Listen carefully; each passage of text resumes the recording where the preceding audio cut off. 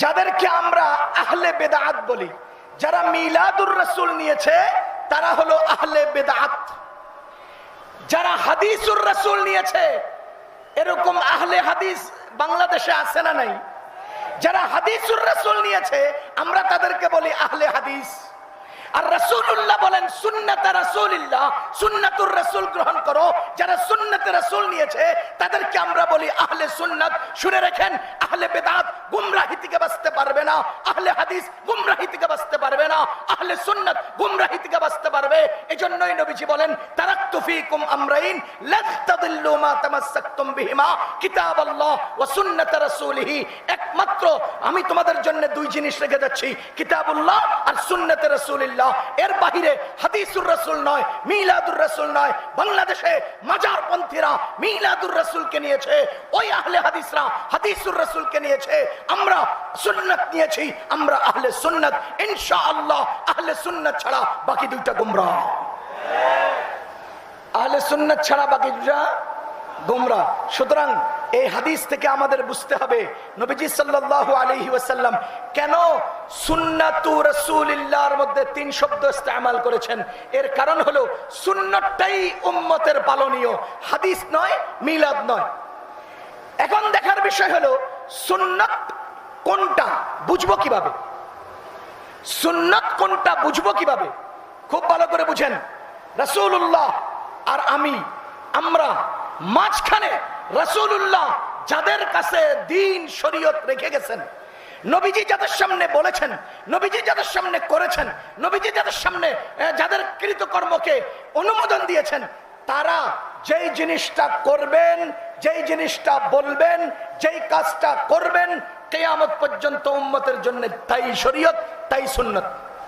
আমি আবার বলছি, সাহাবায়ে কেরামের উপস্থিতিতে আমাদের নবীজি শরীয়ত রেখে গেছেন, নবীজির দ্বীন রেখে গেছেন। সুতরাং রাসূলুল্লাহ হলেন অনুসরণীয়, সাহাবায়ে কেরাম সেই অনুসরণীয় কোনটা সেটা নির্ধারণ করার মাপকাঠি মাধ্যম, আর আমরা হলাম সেই অনুসারী। সুতরাং মুসলমান, সাহাবায়ে কেরাম যে আমলটা করেছেন, সাহাবায়ে কেরাম যে আমল করতে বলেছেন, সেটাই উম্মতের জন্য শরীয়ত, সেটাই উম্মতের জন্য সুন্নাত। যা সাহাবীগণ করেন নাই, যা সাহাবীগণ বলেন নাই, তা হাদিসে থাকলেও উম্মতের জন্য সুন্নাত নয়। এবার বলেন রাসূলুল্লাহ হক, বলেন না রাসূলুল্লাহ হক। সাহাবায়ে কেরাম হকের মাপকাঠি, আমরা হকের অনুসারী। রাসূলুল্লাহ হক, সাহাবায়ে কেরাম হকের মাপকাঠি, আমরা হকের অনুসারী। যারা বলবে সাহাবায়ে কেরাম হকের মাপকাঠি নন, তারা বাতিল, তারা ভণ্ড। যারা রাসূলুল্লাহর মিলাদ নিয়ে সমাজের মধ্যে শিরক বাস্তবায়নের চেষ্টা করবে, যারা হাদিসুর রাসূল নিয়ে মানুষকে সুন্নাত থেকে বিমুখ করবে, যারা সাহাবায়ে কেরামকে সত্যের মাপকাঠি না বলে উম্মতকে বিভ্রান্ত করবে, আমরা তাদের বাহিরে, আমরা তাদের ঊর্ধ্বে, আমরা তাদেরকে বেদাত, আমরা তাদেরকে ভণ্ড এবং বাতিল মনে করি। আমরা আহলে সুন্নাত যারা সাহাবায়ে কেরামকে সত্যের মাপকাঠি বিশ্বাস করে, আল্লাহ রাসূলকে সত্য বিশ্বাস করি এবং আমরা সত্যের অনুসারী বিশ্বাস করি, সেই আহলে সুন্নাতের অনুসারী আমরা। সুতরাং মুসলমান, আমরা খুব সহজভাবে বলছি, সাহাবায়ে কেরামকে সত্যের মাপকাঠি মানতে হবে, কারণ সাহাবায়ে কেরাম যা করেছেন, করতে বলেছেন, তাই উম্মতের জন্য শরীয়ত। সাহাবায়ে কেরাম যা করেন নাই, তা হাদিসে থাকলেও, কিতাবে থাকলেও উম্মতের জন্য সুন্নত নয়, শরীয়ত নয়। নবীজি বলেছেন সুন্নত মানো, সুন্নত মতো চলো, তাহলে গুমরাহি থেকে বাঁচবা। আমি আলহামদুলিল্লাহি ওয়াহদাহু ওয়াসসালাতু ওয়াসসালামু আলা মান লা নাবিয়্যা বা'দাহু, আম্মা বা'দ। قال الله تبارك وتعالى وما أرسلناك إلا رحمة للعالمين وقال رسول الله صلى الله عليه وسلم تركت فيكم أمرين لن تضلوا ما تمسكتم بهما كتاب الله وسنة رسوله صدق الله العظيم وصدق رسوله النبي الكريم। দুবখোলা মাঠে অনুষ্ঠিত আজকের এই ঐতিহাসিক সিরাতুন নবী মহাসম্মেলনের সম্মানিত সভাপতি সাহেব, মুআজ্জাজ উলামায়ে কেরাম, আল্লাহ তাআলার বড় মেহেরবানি, যিনি আমাদেরকে সিরাতুন নবী মহাসম্মেলনে উপস্থিত হয়ে উম্মতের উলামায়ে কেরামের জবান থেকে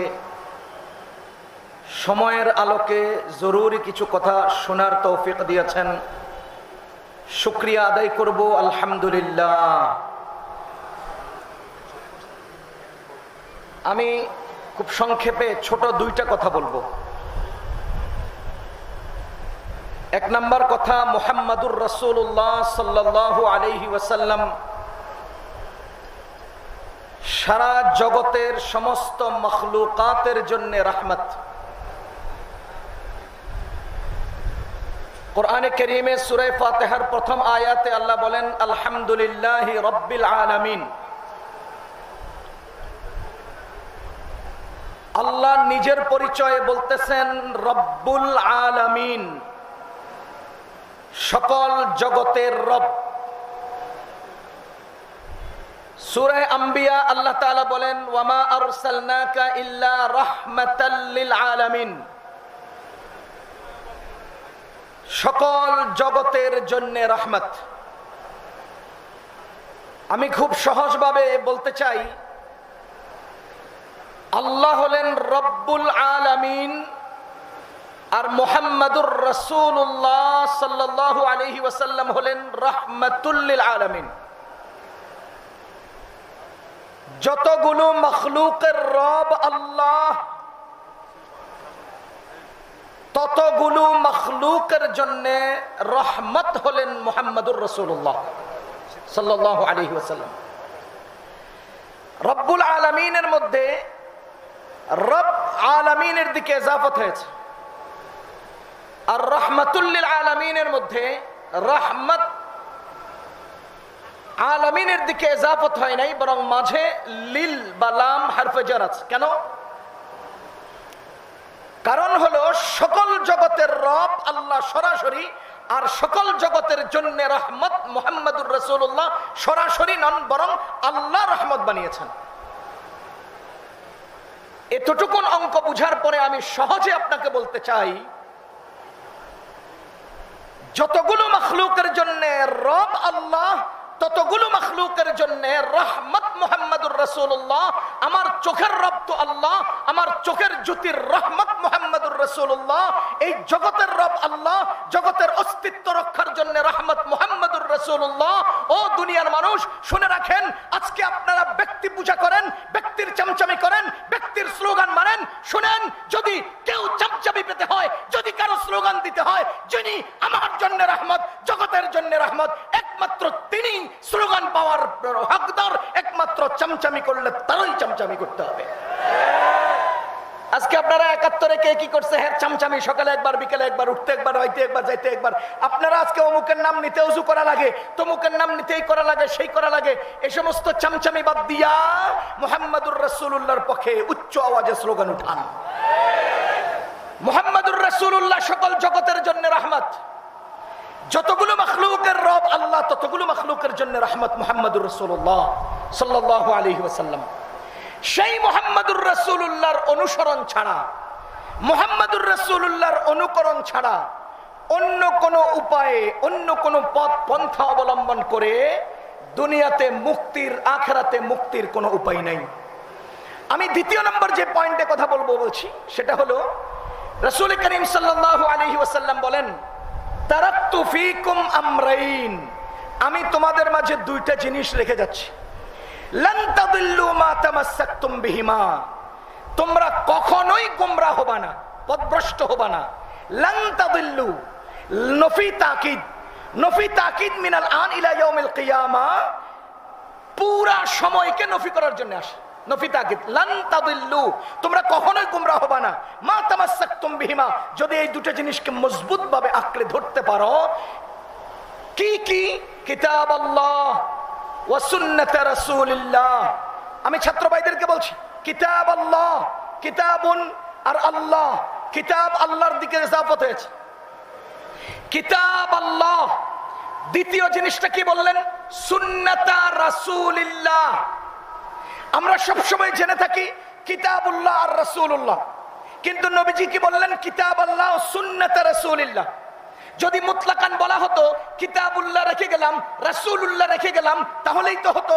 তাহলে প্রথমে কিতাবুল্লাহর মধ্যে দুই শব্দে ইজাফত হলো, কিন্তু দ্বিতীয় বিষয়ে সুন্নাত রাসূলিল্লাহর মধ্যে রাসূলুল্লাহকে আল্লাহর দিকে ইজাফত না করে সুন্নতকে রাসূলের উপর, রাসূলকে আল্লাহর উপর ইজাফত করে মুজাফ ইলাইহি মুজাফ কেন বানালেন? এর মূল কারণ হলো রাসূল করিম সাল্লাল্লাহু আলাইহি ওয়াসাল্লাম কিতাবুল্লাহ আর সুন্নাত রাসূলিল্লাহ বলার উদ্দেশ্য হলো মুতলাক রাসূলকে অনুসরণ নয়, রাসূলের সুন্নতকে অনুসরণ করতে হবে। আমি আরো সহজে বুঝিয়ে দেই। রাসূলুল্লাহর মধ্যে তিনটা জিনিস পাওয়া যায়, খুব খেয়াল করব। রাসূলুল্লাহর মধ্যে কয়টা জিনিস পাওয়া যায়? তিনটা। এক নাম্বার, রাসূলুল্লাহর মিলাদ, মিলাদুর রাসূল। দুই নাম্বার, রাসূলুল্লাহর হাদিস, হাদিসুর রাসূল। তিন নাম্বার, রাসূলুল্লাহর সুন্নাত, সুন্নাতুর রাসূল। কয়টা জিনিস পাওয়া গেল? তিনটা। মিলাদুর রাসূল, হাদিসুর রাসূল, সুন্নাতুর রাসূল। নবীজি যদি বলতেন কিতাবুল্লাহ রেখে গেলাম, রাসূলুল্লাহ রেখে গেলাম, তাহলে এই রাসূলুল্লাহর তিন অপশনের কোন একটা অপশনকে গ্রহণ করে মানুষ মুক্তির উপায় খুঁজে নেওয়ার চেষ্টা করত। কেউ মিলাদুর রাসূলকে গ্রহণ করত, কেউ হাদিসুর রাসূলকে গ্রহণ করত, কেউ সুন্নাতুর রাসূলকে গ্রহণ করত। ও দুনিয়ার মানুষ, নবীজি লান তাদিল্লু বলে যে দুই জিনিস রেখে গেলেন, সেখানে নবীজি বলে দিলেন কিতাবুল্লাহ আর সুন্নাতে রাসূলুল্লাহ। তার মানে হলো তোমরা মিলাদুর রাসূল গ্রহণ করলে গুমরাহি থেকে বাঁচতে পারবা, এই স্বীকৃতি দেওয়া হলো না। তোমরা হাদিসুর রাসূলকে গ্রহণ করে গুমরাহি থেকে মুক্তি পাবা, এই স্বীকৃতি দেওয়া হলো না। একমাত্র স্বীকৃত মুক্তির রাস্তা হলো সুন্নাতুর রাসূল। আচ্ছা বলেন তো, মিলাদুর রাসূলকে গ্রহণ করেছে এমন লোক বাংলাদেশে আছে না নাই? যাদেরকে আমরা আহলে বেদাত বলি, যারা মিলাদুর রাসূল নিয়েছে তারা হলো আহলে বেদাত। যারা হাদিসুর রাসূল নিয়েছে এরকম আহলে হাদিস বাংলাদেশে আছে না নাই? যারা হাদিসুর রাসূল নিয়েছে আমরা তাদেরকে বলি আহলে হাদিস। আর রাসূলুল্লাহ বলেন সুন্নাত রাসূলিল্লাহ, সুন্নাতুর রাসূল গ্রহণ করো। যারা সুন্নাতে রাসূল নিয়েছে তাদেরকে আমরা বলি আহলে সুন্নাত। শুনে রাখেন, আহলে বেদাত গুমরাহি থেকে বাঁচতে পারবে না, আহলে হাদিস গুমরাহি থেকে বাঁচতে পারবে না, আহলে সুন্নাত গুমরাহি থেকে বাঁচতে পারবে। এজন্যই নবীজি বলেন তারাকতু ফীকুম আমরাইন লান তাদিল্লু মা তামাসসাকতুম বিহিমা কিতাবাল্লাহ ওয়া সুন্নাত রাসূলিহি। একমাত্র আমি তোমাদের জন্য দুই জিনিস রেখে যাচ্ছি, কিতাবুল্লাহ আর সুন্নাতে রাসূলিল্লাহ। এর বাহিরে হাদিসুর রাসূল নয়, মিলাদুর রাসূল নয়। বাংলাদেশে মাজারপন্থীরা মিলাদুর রাসূলকে নিয়েছে, ওই আহলে হাদিসরা হাদিসুর রাসূলকে নিয়েছে। আমরা সুন্নাত নিয়েছি, আমরা আহলে সুন্নাত। ইনশাআল্লাহ আহলে সুন্নাত ছাড়া বাকি দুইটা গুমরাহ। আহলে সুন্নাত ছাড়া বাকি দুইটা গুমরাহ। সুতরাং এই হাদিস থেকে আমাদের বুঝতে হবে নবীজি সাল্লাল্লাহু আলাইহি ওয়াসাল্লাম কেন সুন্নাতু রাসূলিল্লাহর মধ্যে তিন শব্দ ইস্তেমাল করেছেন। এর কারণ হলো সুন্নাতটাই উম্মতের পালনীয়, হাদিস নয়, মিলাদ নয়। এখন দেখার বিষয় হলো সুন্নাত কোনটা বুঝবো কিভাবে? সুন্নাত কোনটা বুঝবো কিভাবে? খুব ভালো করে বুঝেন। রাসূলুল্লাহ আর আমরা মাঝখানে রাসূলুল্লাহ যাদের কাছে দ্বীন শরীয়ত রেখে গেছেন, নবীজি যাদের সামনে বলেছেন, নবীজি যাদের সামনে করেছেন, নবীজি যাদের সামনে যাদের কৃতকর্মকে অনুমোদন দিয়েছেন, তারা যেই জিনিসটা করবেন, যেই জিনিসটা বলবেন, যেই কাজটা করবেন, কিয়ামত পর্যন্ত উম্মতের জন্য তাই শরীয়ত, তাই সুন্নাত। আমি আবার বলছি, সাহাবায়ে কেরামের উপস্থিতিতে আমাদের নবীজি শরীয়ত রেখে গেছেন, নবীজির দ্বীন রেখে গেছেন। সুতরাং রাসূলুল্লাহ হলেন অনুসরণীয়, সাহাবায়ে কেরাম সেই অনুসরণীয় কোনটা সেটা নির্ধারণ করার মাপকাঠি মাধ্যম, আর আমরা হলাম সেই অনুসারী। সুতরাং মুসলমান সাহাবায়ে কেরাম যে আমলটা করেছেন, সাহাবায়ে কেরাম যে আমল করতে বলেছেন, সেটাই উম্মতের জন্য শরীয়ত, সেটাই উম্মতের জন্য সুন্নাত। যা সাহাবীগণ করেন নাই, যা সাহাবীগণ বলেন নাই, তা হাদিসে থাকলেও উম্মতের জন্য সুন্নত নয়। এবার বলেন রাসূলুল্লাহ হক, বলেন না রাসূলুল্লাহ হক, সাহাবাই কেরাম হকের মাপকাঠি, আমরা হকের অনুসারী। রাসূলুল্লাহ হক, সাহাবাই কেরাম হকের মাপকাঠি, আমরা হকের অনুসারী। যারা বলবে সাহাবাই কেরাম হকের মাপকাঠি নন, তারা বাতিল, তারা ভণ্ড। যারা রাসূলুল্লাহর মিলাদ নিয়ে সমাজের মধ্যে শিরিক বাস্তবায়নের চেষ্টা করবে, যারা হাদিসুর রাসূল নিয়ে মানুষকে সুন্নাত থেকে বিমুখ করবে, যারা সাহাবাই কেরামকে সত্যের মাপকাঠি না বলে উম্মতকে বিভ্রান্ত করবে, আমরা তাদের বাহিরে, আমরা তাদের ঊর্ধ্বে, আমরা তাদেরকে বেদাত, আমরা তাদেরকে ভণ্ড এবং বাতিল মনে করি। আমরা আহলে সুন্নাত যারা সাহাবাই কেরামকে সত্যের মাপকাঠি বিশ্বাস করে, আল্লাহ আল্লাহ রাসূলকে সত্য বিশ্বাস করি এবং আমরা সত্যের অনুসারী বিশ্বাস করি, সেই আহলে সুন্নাতের অনুসারী আমরা। সুতরাং মুসলমান, আমরা খুব সহজভাবে বলছি, সাহাবাই কেরামকে সত্যের মাপকাঠি মানতে হবে, কারণ সাহাবাই কেরাম যা করেছেন, করতে বলেছেন, তাই উম্মতের জন্য শরীয়ত। সাহাবাই কেরাম যা করেন নাই তা হাদিসে থাকলেও কিতাবে থাকলেও উম্মতের জন্য সুন্নত নয়, শরীয়ত নয়। নবীজি বলেছেন সুন্নত মানো, সুন্নত মতো চলো, তাহলে গুমরাহি থেকে বাঁচবা। আমি সুস্পষ্টভাবে আজকে ঐতিহাসিক সিরাতুন নবী সাল্লাল্লাহু আলাইহি ওয়াসাল্লাম মহাসম্মেলন থেকে দুইটা বিষয় সহজভাবে বলে কথা শেষ করছি। এক নাম্বার, আমাদের নবীজি সারা জগতের সকল মাখলুকের জন্য রহমত। ও কার কারণে সিন্নি খাইলা মোল্লা চিনলা না, স্লোগান দিতে হলে মুহাম্মদুর রাসূলুল্লাহর পক্ষে স্লোগান, কোন নেতা খেতার পক্ষে স্লোগান চলবে না। দুই নাম্বার, জীবন চলতে হলে সুন্নাতুর রাসূলের উপরে চলবে, মিলাদুর রাসূল বা হাদিসুর রাসূলের উপর চলবে না। তিন নাম্বার, হাদিসুর রাসূলকে সুন্নতে রূপান্তরিত করতে হলে, রাসূলুল্লাহর আমালকে সুন্নত কিনা এটা চিনতে হলে সাহাবাই কেরামের জীবন আদর্শকে নিজের জীবনে বাস্তবায়ন করতে হবে। সাহাবাই কেরামকে সত্যের মাপকাঠি মানতে হবে, বিশ্বাস করতে হবে। যদি না মানো, যদি বিশ্বাস না করো, তবে তোমরা গুমরাহ, তবে তোমরা ভণ্ড। আল্লাহ তাআলা আমাদেরকে কথাগুলো বুঝার তৌফিক দান করুন। ঐতিহাসিক এই সিরাতুন নবী সম্মেলনকে কবুল করুন। উলামায়ে কেরামকে আল্লাহ তাআলা দ্বীনের সাথে সব সময় যুক্ত থাকার তৌফিক দান করুন।